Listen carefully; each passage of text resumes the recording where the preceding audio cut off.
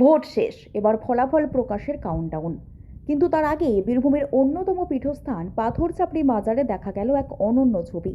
মমতা বন্দ্যোপাধ্যায়কে চতুর্থবারের জন্য বাংলার মসনদে দেখতে এবং তার বিপুল সাফল্য কামনায় আজ দাতা বাবার মাজারে চাদর চড়ালেন লাভপুরের তৃণমূল নেতা সালাম শেখ।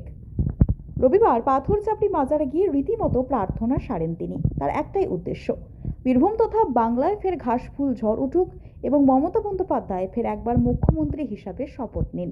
সালাম শেখের কথায়, বাংলার উন্নয়নের কারিগর মমতা বন্দ্যোপাধ্যায়।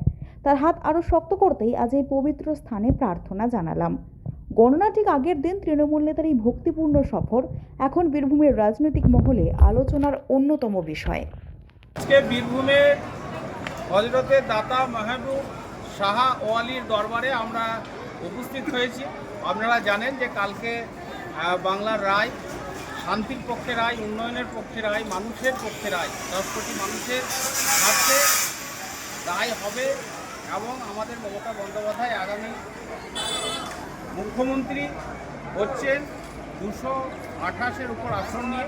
এবং আমাদের লাভপুরের, যার জন্য আজকের এই দোয়া এবং প্রার্থনা আমাদের জন্য, আমাদের সকলের প্রিয় মানুষ অভিজিৎ সিংহ রানা সিং, তাকে আমরা লাভপুরের মাটি থেকে ব্যাপক ভোটে লিড দেওয়ার জন্য দাতা বাবার কাছে এটাই আমরা কিন্তু মনস্কামনা পূর্ণ করলাম এবং দোয়া করলাম যাতে আগামীতে বাংলা তথা সারা বাংলার উন্নয়ন এবং শান্তি যেন বাংলার মধ্যে থাকে। জয় বাংলা।